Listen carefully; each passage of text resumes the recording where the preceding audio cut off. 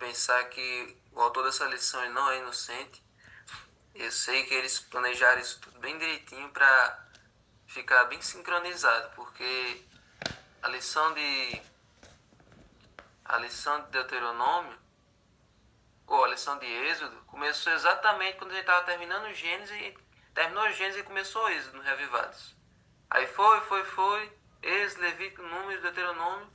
Aí no meio do Deuteronômio começou a de Jeremias, a de Josué. Aí, aí terminou a leitura do Deuteronômio, agora já engatou Josué. Nós já estamos já na quarta semana da lição e agora começou Josué. E capítulo a capítulo a gente vai chegando até vai ter um dia que vai estar totalmente sincronizado. O capítulo do livro, o capítulo da lição, o capítulo reavivado junto com o assunto da semana. Você vai ver.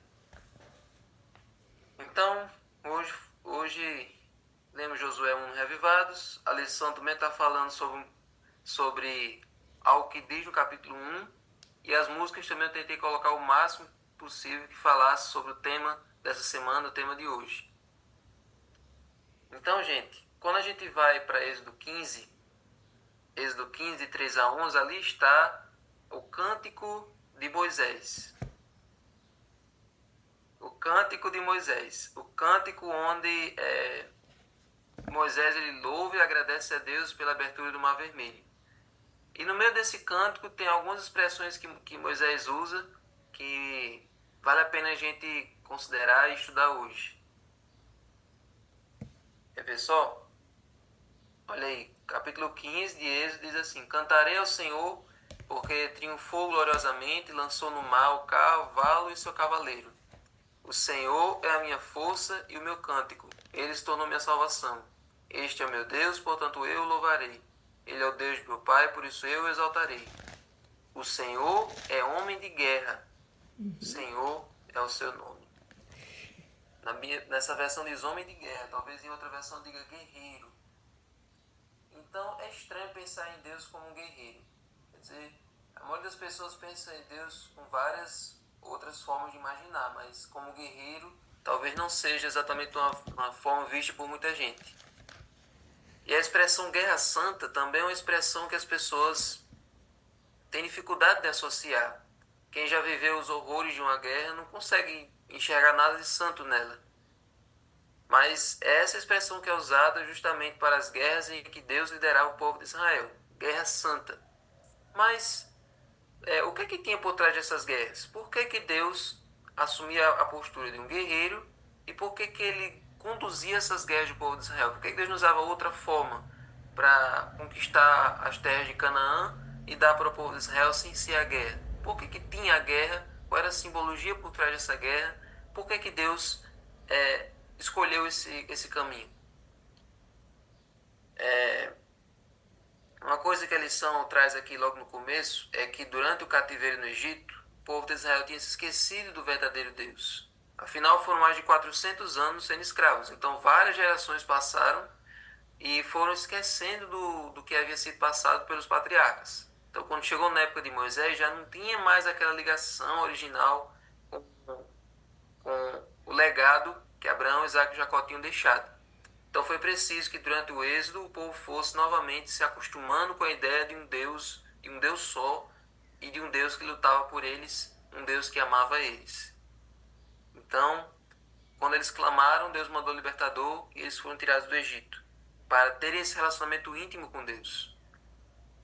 E durante aquele período do êxodo, durante aquele período de saída do Egito, uma coisa a gente percebe: cada praga, cada investida, cada castigo de Deus sobre o Egito não foi apenas sobre o faraó, não foi apenas sobre o povo do Egito. Foi uma batalha, foi uma guerra entre o Deus de Israel e os deuses do Egito.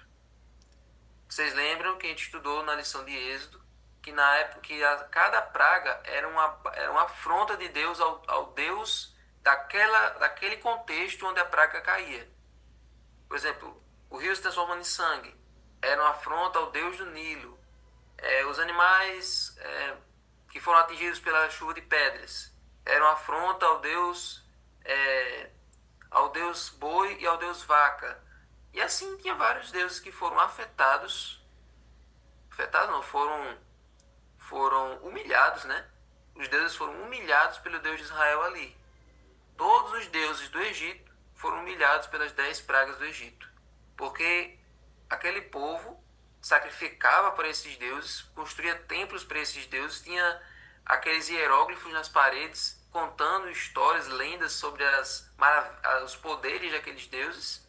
Aí chega o Deus de Israel e humilha eles tudinho. Eles não conseguem fazer nada para deter. O Egito vira um caos, o Egito entra em crise, perde tudo, acaba tudo, e os deuses dele não conseguem fazer nada, porque o verdadeiro Deus é que está fazendo. Então, conforme a gente lê lá em Êxodo 12, que diz o seguinte, olha, porque naquela noite, Deus dizendo, passarei pela terra do Egito, matarei na terra do Egito todos os primogênitos, tanto das pessoas como dos animais, e executarei juízo sobre todos os deuses do Egito. Eu sou o Senhor. Eu gosto quando Deus diz assim, eu sou o Senhor. Isso é muito massa. Ele está reafirmando que é só ele que tem. E é por isso que quando Moisés se encontra com Deus na sarça ardente, aí Moisés pergunta, qual é o seu nome? Aí Deus diz, eu sou o que eu sou. Por muito tempo a gente lê essa expressão e a gente não entende por que Deus falou assim, mas eu quero dizer o seguinte, olha, eu não preciso de nome. Eu sou o que eu sou. Eu não sou o Deus tal, eu sou o Deus. Eu sou Deus. Não existe outro Deus. Então, na verdade, quem eram esses deuses do Egito? Demônios. Demônios. Todos os deuses que sem ser Deus são demônios. É Satanás assumindo formas de adoração através dos seus anjos. Ele coloca os seus anjos para serem adorados pelos povos, para que eles não adorem o Deus verdadeiro. Então, aqueles deuses que esse povo adorava eram demônios. Isso está lá em Levítico 17:17 e Deuteronômio 32:17. Então é Deus lutando contra Satanás o tempo todo. Quer ver outro exemplo que isso aconteceu? Vocês lembram quando a arca foi levada para a terra dos filisteus? Lá, bem depois disso aqui, quando foi já naquele período de Samuel, e Eli, os filhos de Eli, teve uma guerra de Israel contra os filisteus e a arca foi roubada. Quando a arca foi colocada lá num templo onde tinha vários ídolos. Inclusive, diante da arca estava o ídolo de Dagon, que era o deus principal dos filisteus. Colocaram a arca da aliança, que era o símbolo da presença do poder de Deus, diante do maior ídolo filisteu. Guardaram lá, fecharam a porta e foram dormir. No outro dia, quando voltaram, adivinha quem é que estava caído? Dagon caiu de frente para a arca, assim, pá! A arca estava lá, de boa. Mas o Dagon, que estava de frente para a arca, buf, caiu no chão. Vamos levantar Dagon. Dagon não consegue se levantar sozinho, né? É muito bom ter um Deus que não se levanta sozinho. Vamos levantar Dagon. Pegaram Dagon e botaram ele em pé de novo. Fica aí. Vamos dormir. No outro dia, Dagon caiu, só que agora ele se quebrou todinho. Dagon caiu diante da arca, ficou todo quebrado. A cabeça, o tronco, as pernas, ficou tudo quebrado de frente para a arca. Deus enfrentando os deuses dos filisteus. Dagon não aguentou uma noite com Deus de Israel. Quer ver outro exemplo que isso acontece? Lá no contexto dos hebreus na fornalha. Os 3 amigos de Daniel. Aquela estátua de ouro que Nabucodonosor construiu, já eu volto para a lição. Essa história está lá em 1 Samuel. Só não vou lembrar aqui o capítulo, mas está no livro de 1 Samuel.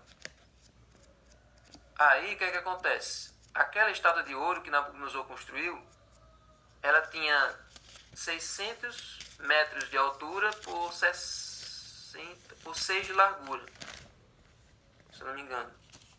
Não, 60 metros de altura por 6 de largura. Coisa assim, pronto. Exatamente. E aquela estátua, ela era uma representação de todos os 600 deuses da Babilônia.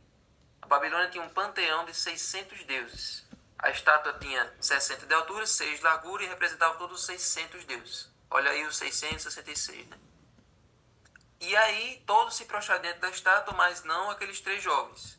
Os 3 jovens foram jogados na fornalha e quem é que aparece lá para salvar os jovens e que rouba a cena diante de todos os 600 deuses do Egito? O próprio Filho de Deus. Jesus aparece ali para salvar a vida dos jovens e ninguém mais se lembra daquela estátua. Agora o assunto é falar do Deus que salvou os hebreus na fornalha. Então a Bíblia toda, o Antigo Testamento inteiro, é Deus lutando contra Satanás, é Deus vencendo os deuses que Satanás coloca. Então, contra Canaã foi do mesmo jeito. Essa investida do povo de Israel contra Canaã, aquelas batalhas que Josué fazia, tem um pano de fundo por trás. O grande conflito entre Deus e o mal. Então, aquilo Deus estava, naquele contexto da batalha, das batalhas de Canaã, a gente tem que entender aquilo sobre a visão bíblica do grande conflito. Deus está em guerra contra o pecado e Ele não vai tolerar o pecado para sempre. Deus deixou aquelas nações viverem por todo aquele tempo. Da mesma maneira que Deus está deixando o mal ainda ter a sua vez, Deus está deixando ainda a maldade ter o seu tempo de execução para que o universo perceba. Imagine, gente, esqueça que você está na sala da sua casa agora, esqueça que você está no seu quarto, esqueça que você está aí sozinho ou com sua esposa ou com sua família assistindo essa reunião, esqueça que você está aí e mude todo o cenário ao seu redor. Imagine que você está no meio de uma arena, no meio de um Maracanã, no meio de um ginásio, de um estádio universal, onde tem zilhões de criaturas observando e anotando, olhando para você, analisando o que é que você vai fazer. É assim que é a vida de cada pessoa. Cada um de nós estamos no centro desse estádio universal. Milhões de criaturas estão analisando qual vai ser o seu próximo passo, qual vai ser a sua próxima decisão e qual vai ser a jogada de Deus e de Satanás nesse xadrez. É assim que é o grande conflito. Então aquelas batalhas de Canaã eram uma batalha entre Deus e Satanás. Era uma jogada nesse xadrez entre Deus e Satanás. Então o que está em jogo nessas partidas, nessas batalhas, a reputação de Deus e do seu caráter. Então, Satanás não queria deixar que o povo de Israel entrasse em Canaã. Não queria deixar que eles tomassem a terra que pertencia a eles. Por isso ele colocou em Canaã várias ervas daninhas, que eram aqueles povos.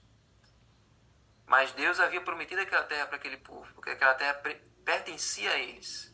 Então, se eles fossem fiéis, se eles fossem obedientes, se eles guardassem as suas leis, Deus iria dar força a eles para vencer cada uma daquelas nações e ter aquela terra de volta para eles. E assim, gente, nesse grande conflito também é do mesmo jeito. Satanás não quer que esse planeta um dia seja nosso. Eles querem que a gente se apegue ao pecado, ele quer que a gente se apegue ao pecado e que a gente morra junto com os perdidos. Mas Deus, se a gente for obediente, se a gente guardar a lei dele, se a gente for fiel a ele, adorar ele todos os dias, ele promete que ele vai nos dar força para vencer Satanás, vai nos dar força para vencer o inimigo, ele já nos dá armadura para nós vencermos no dia de hoje, e um dia ele vai varrer o mal, vai varrer Satanás, vai varrer os pecadores que não se arrependeram, vai purificar esse planeta e dar essa Canaã para o povo que ele prometeu. Então, gente, a certeza é essa. Estamos com um Deus que já é vencedor, um Deus que triunfou sobre Satanás, que triunfou sobre os deuses desse mundo, que triunfou sobre os demônios e que promete nos dar a terra prometida, a terra que ele preparou para nós lá no começo, nós perdemos e que um dia vamos ter de volta. Então, esteja do lado vencedor desse conflito, esteja do lado do Senhor que é guerreiro e é vencedor sobre cada batalha. Amém. Estamos do lado de um Deus que nunca perdeu uma batalha. Amém. E que nós possamos estar confirmando nosso lado a cada dia. Amém? Amém. Senhor Deus, muito obrigado, Senhor, por esse reavivado maravilhoso. Sim. Muito obrigado, Senhor, pelas músicas maravilhosas. Muito obrigado por essa lição maravilhosa. Sim, Deus. Que nós possamos, Senhor, nessa batalha, nesse conflito, entender que não estamos sozinhos lutando contra um inimigo tão poderoso. Nós temos um Deus que é todo poderoso e que nada é impossível para Ele. Que cada batalha que nós tivermos que enfrentar nessa vida, possamos estar agarrados, Senhor, em Ti. Porque nós temos a certeza que contigo não há derrota, não há perda, só vitória. Amém. Ajuda-nos agora, Senhor, a viver em obediência e em conformidade com a Tua vontade. E que assim como Caleb disse lá naquele dia, se o Senhor se agradar de nós, Se o Senhor se agradar de cada um de nós, o Senhor vai nos dar essa terra. Sim. Então nos ajuda, Senhor, a termos fé. Nos ajuda a termos uma vida de resignação e dedicação a Ti, para que o Senhor se agrade de nós, para que o Senhor nos aprove, para que possamos estar nessa terra. Amém. Fica com cada um de nós e abençoa agora o seu estudo desse livro, que já está terminando, vai deixar saudades, mas que vem outro melhor ainda pela frente. Fica conosco, em nome de Jesus. Amém. Amém.